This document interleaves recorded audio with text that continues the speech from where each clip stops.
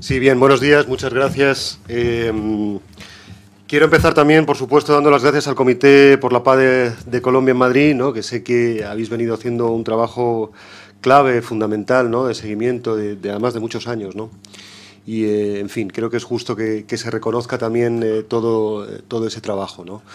Por supuesto, también un gusto estar con Tania, ¿no? La compañera del Grupo de la Izquierda Unitaria Europea, ¿no? Que está también organizando este evento, y, por supuesto, contar también con Fran Pérez, viejo camarada, ¿no?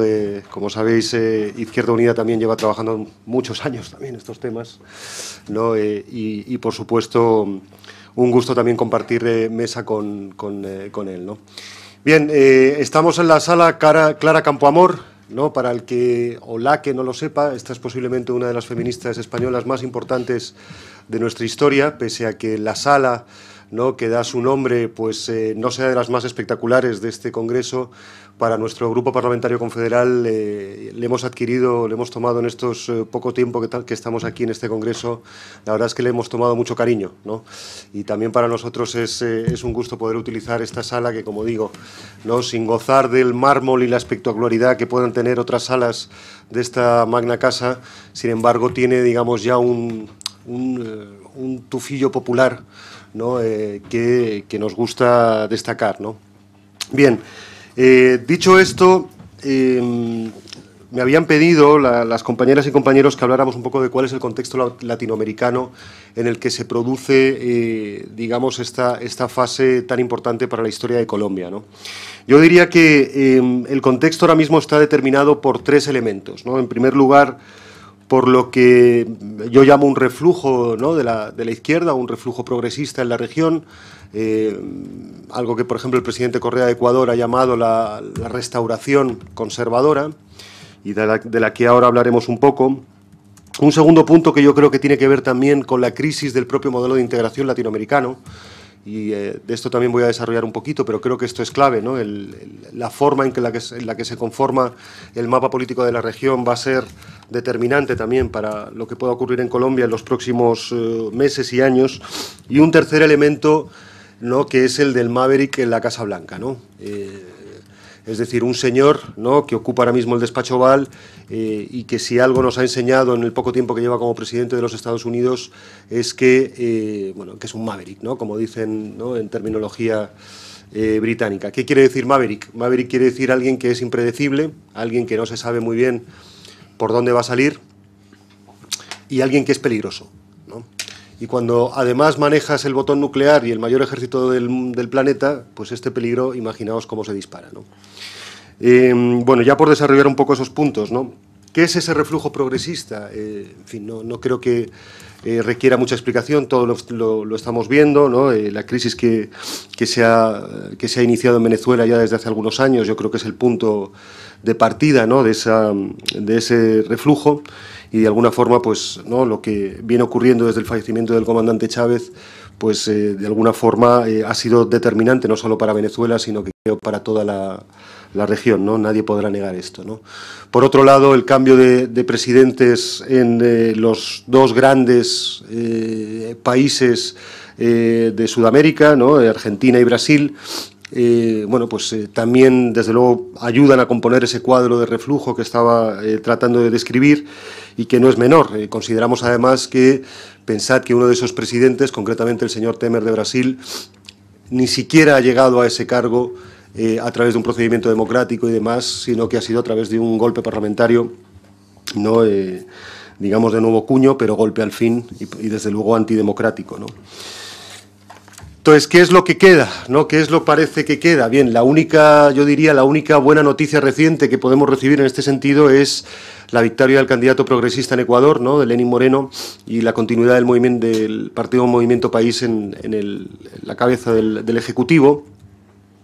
Esto no es menor, pese a que es un pequeño país, ¿no?, de 14, de 15 millones de habitantes, como es Ecuador.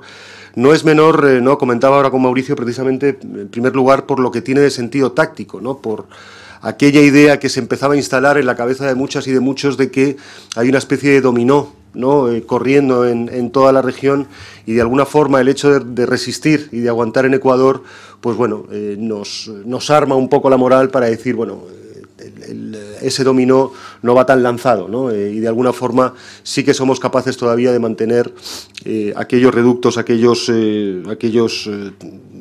países, ¿no? Aquellos territorios que han venido jugando un papel tan importante en los últimos años, ¿no?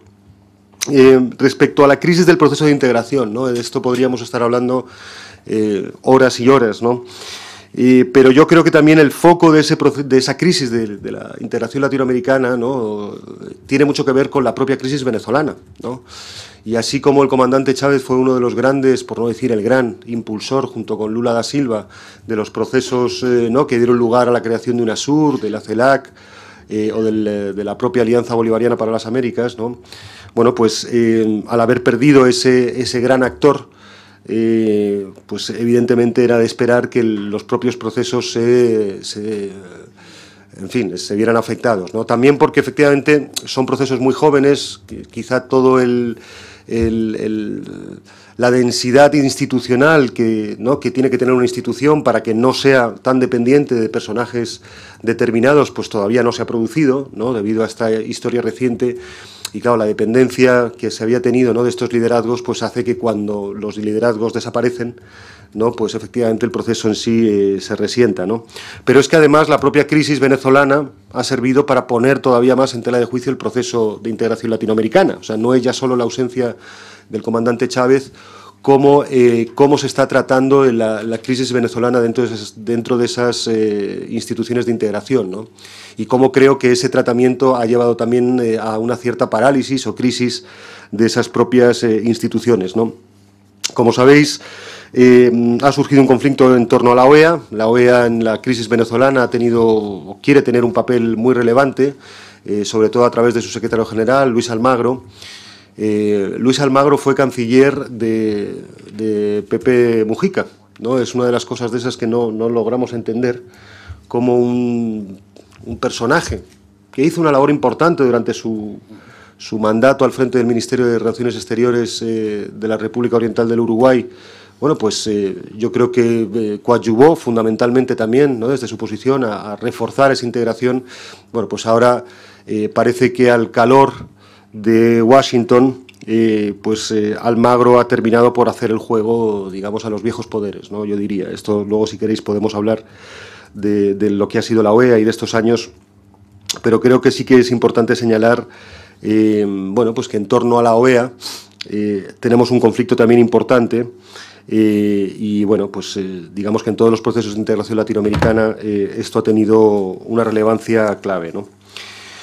Luego, por otro lado, están aquellas instituciones de integración de más, digamos, de nuevo cuño, de las nacidas recientemente, que también un poco a raíz de toda esta crisis que estaban comentando, pues sufren ahora mismo también cierta parálisis, ¿no? Yo quería mencionar especialmente UNASUR, la Unión de Naciones Sudamericanas, que, como sabéis, había tenido un importante papel en la mediación, ¿no? que se quería promover en Venezuela, pero que, sin embargo, el estancamiento, ¿no? al que nos vemos abocados en este país, pues de alguna forma también ha tocado los propios pilares o la propia, digamos, no iba a decir legitimidad, porque no es una cuestión de legitimidad, es una cuestión de eficacia, ¿no? La eficacia de mediación, ¿no? que había tenido la UNASUR en esa crisis venezolana, pues de alguna forma también ha decaído, y eso afecta a la propia credibilidad de la institución en toda la región, ¿no?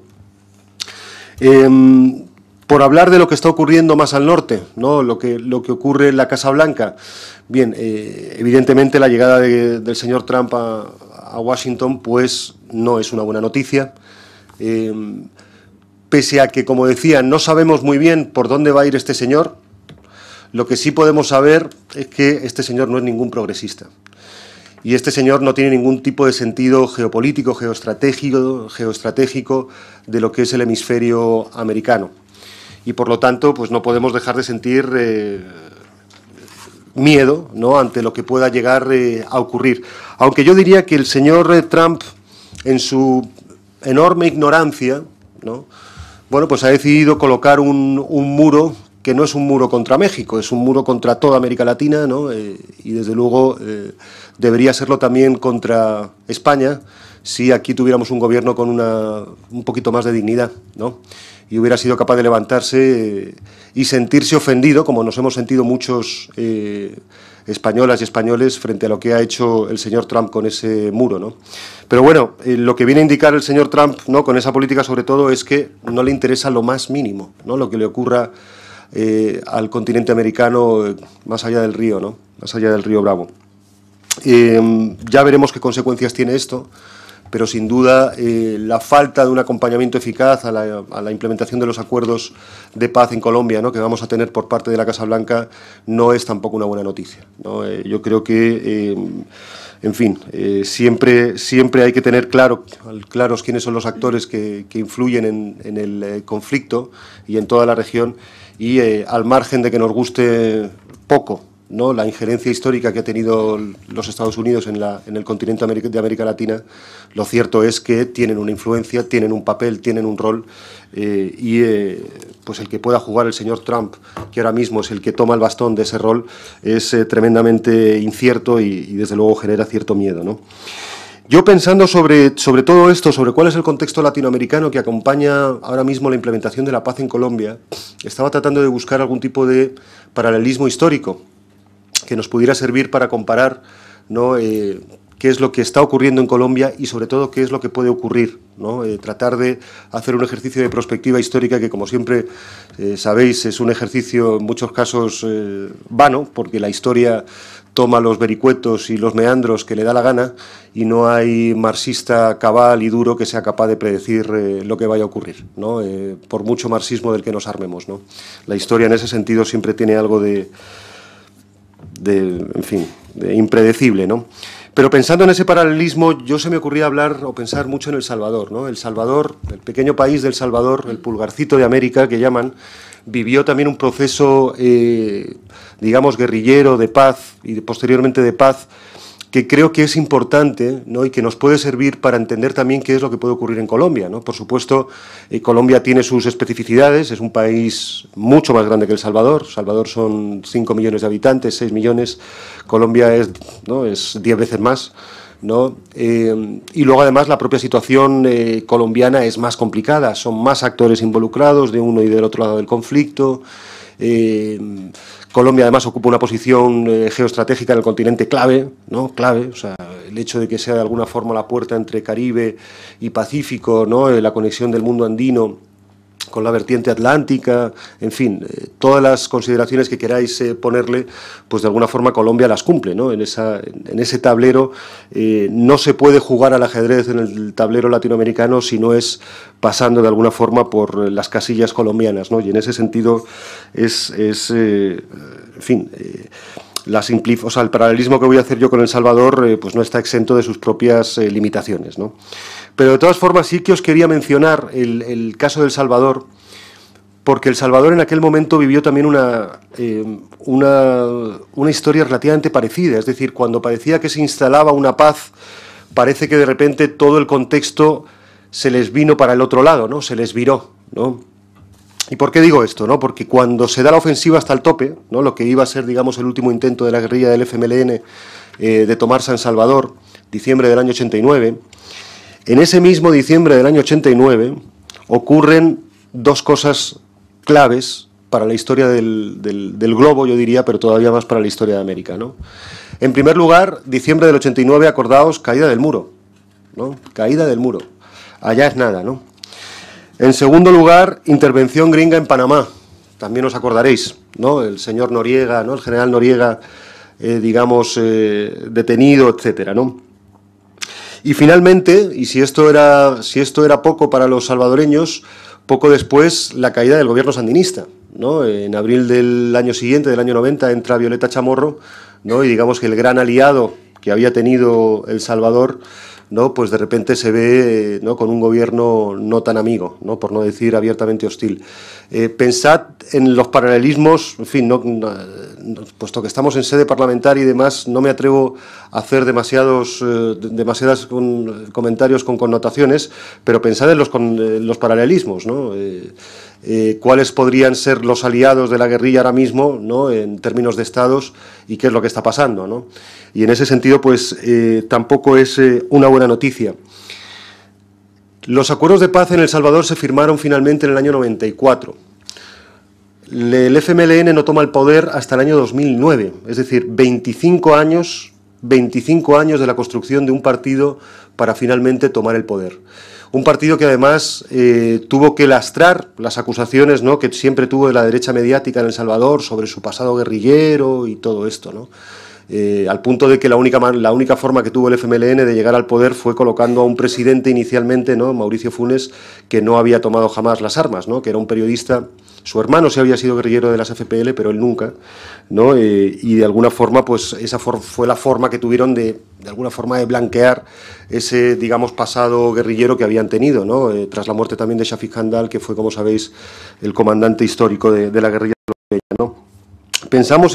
Quiero plantear este paralelismo porque de ahí me paso ya al tercer punto, y con esto termino, sobre la ahora qué, ¿no? Sobre qué es lo que podemos esperar y por dónde creemos que pueden ir los tiros de aquí a los próximos meses y años, ¿no?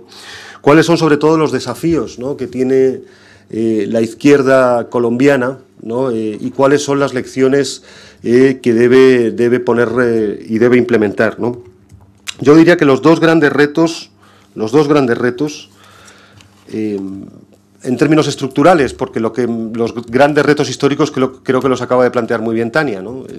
Todas las grandes amenazas que se ciernen sobre el propio proceso de paz, ¿no?, los incumplimientos que se están dando, ¿no?, los asesinatos, los tantos asesinatos de tantas compañeras y compañeros, ¿no?, que se están produciendo, ¿no? El dato este que has dado, Tania, que nos ha dejado fríos, ¿no?, que un tercio de los muertos que se producen, o de los defensores de derechos humanos que mueren en el mundo, son colombianos, ¿no? Esto es sencillamente un escándalo, ¿no? Y habría que repetir esta cifra muchas y muchas veces, ¿no?, para que se tome nota, ¿no? Pero para hablar más de los desafíos estructurales, yo diría que básicamente son dos, ¿no? En primer lugar, Colombia y la izquierda colombiana tiene la inmensa tarea y desafío de construir un Estado. De construir un Estado para los colombianos y para las colombianas, y no para las oligarquías. Y esto es una tarea que es inédita en los 200 años de historia republicana del país, ¿no? Con lo cual, entender que la única forma, digamos, de asentar una paz duradera en Colombia es crear una estructura política que sea capaz, en primer lugar, de garantizar el monopolio de la violencia, ¿no?, en términos weberianos.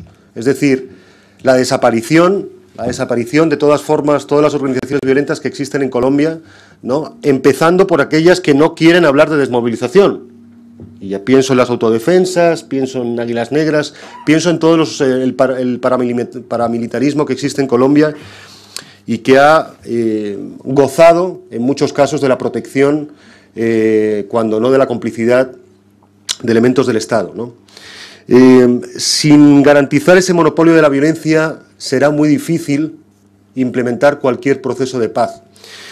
Pero no es suficiente garantizar el monopolio de la violencia. Eso es solo, digamos, una fase inicial, ¿no?, para la construcción de todo Estado, que necesariamente tiene que desembocar en la construcción de un Estado redistributivo, de un Estado social. Sin eso, si sigue existiendo la injusticia social que existe en Colombia, el conflicto no va a parar. No va a parar. Entonces, entender, como decía muy bien Tania, las raíces socioeconómicas del conflicto es entender que no es posible superarlo solo a partir de la firma de unos determinados acuerdos y la desmilitarización o la entrega de las armas de determinadas facciones de todo el cuerpo colombiano que anda en guerra, ¿no? Si no podemos entender esto, efectivamente, no seremos capaces de implementar una paz. Y es exactamente ese el gran reto que creo que ha desgranado muy bien Tania, ¿no? Y en segundo lugar, yo creo que también el gran desafío, y es algo que, no sé, luego si queréis lo hablaremos en el debate, ¿no?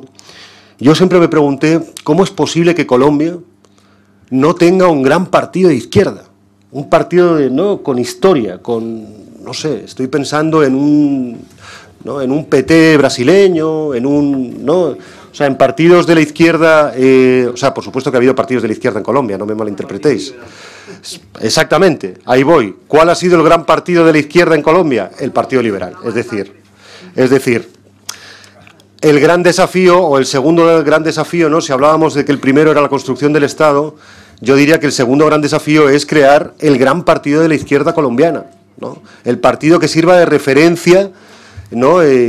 Para la izquierda, aunque sea luego para disentir, ¿no? Pero necesitamos ese partido, ¿no? Y yo creo que, claro, que efectivamente ese es el gran desafío que se tiene, sobre todo para alcanzar el poder, porque al fin y al cabo de lo que se trata aquí es también de tomar ese Estado, ¿no? Y yo invito también a las compañeras y a los compañeros colombianos a que aprendamos a pensar en grande, aprendamos a que, lo que decimos nosotros, ¿no? Aprendamos que sí se puede, ¿no? Que si te organizas, que si luchas, que si tienes la paciencia suficiente y la inteligencia suficiente, ellos tienen el poder y ellos tienen el dinero, pero nosotros tenemos el pueblo, nosotros somos el pueblo. Y por lo tanto, digamos, quiero pensar que la historia al final siempre nos dará la razón. Colombia cuenta con una densidad de sus relaciones sociales extraordinaria, ¿no? También lo ha dicho Tania. La cantidad de organizaciones de la sociedad civil, la cultura colectivista, colectiva que existe en Colombia, la cultura de camaradería que yo he visto en muchas amigas y amigos colombianos con los que he podido militar en muchas fases, ¿no? Y en otros movimientos, y que siempre he admirado. O sea, digamos, la cultura organizativa en Colombia siempre me sorprendió. Y siempre me sorprendió que eso no hubiera derivado en ese gran partido, ¿no? Teniendo esas grandes bases. Además de la propia tradición de la izquierda intelectual en Colombia, ¿no? O sea, cuántos grandísimos intelectuales ha dado la izquierda colombiana, que sin embargo nunca se han podido traducir eso en esa estructura de partido, ¿no? Yo siempre digo, ¿no? Si hubiera habido un buen y un gran partido comunista en Colombia, ¿no? en años atrás, seguramente hubieran surgido Gramscis colombianos, ¿no? Y Mariáteguis colombianos, y en fin, todo esto, ¿no?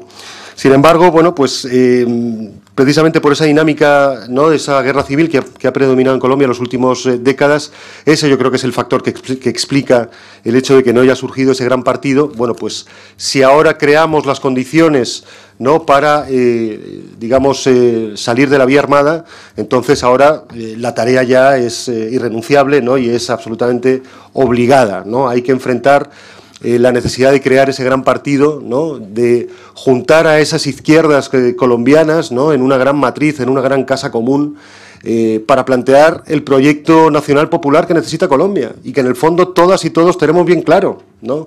Seguramente siempre podríamos entrar a debatir los matices, las cuestiones, ¿no? Esas cosas que nos gustan siempre tanto a la izquierda, ¿no? El debate de los matices y de las cosas, ¿no? Pero lo cierto es que yo creo que hay una izquierda colombiana que comparte un proyecto nacional popular, y ahora lo que toca es crear la institución que haga de ese proyecto una realidad, que imponga un programa en el Estado, en el gobierno, ¿no? Se tardarán años, yo no digo que esto es una tarea de hoy para mañana, ¿no? Pero sí creo que no hay otro camino, ¿no? El camino no es el de la violencia, no es el de la respuesta insurgente y armada, sino que es el de la respuesta, ¿no? de las masas, no de determinadas personas que tienen la valentía de echarse al monte, ¿no? Para luchar en un momento dado de la historia, sino que esto tiene que ser un movimiento popular. Se toma el poder porque cuentas con el pueblo, y eso quiere decir que tienes que hacer pueblo, tienes que ser pueblo y tienes que imbricarte con los problemas del pueblo.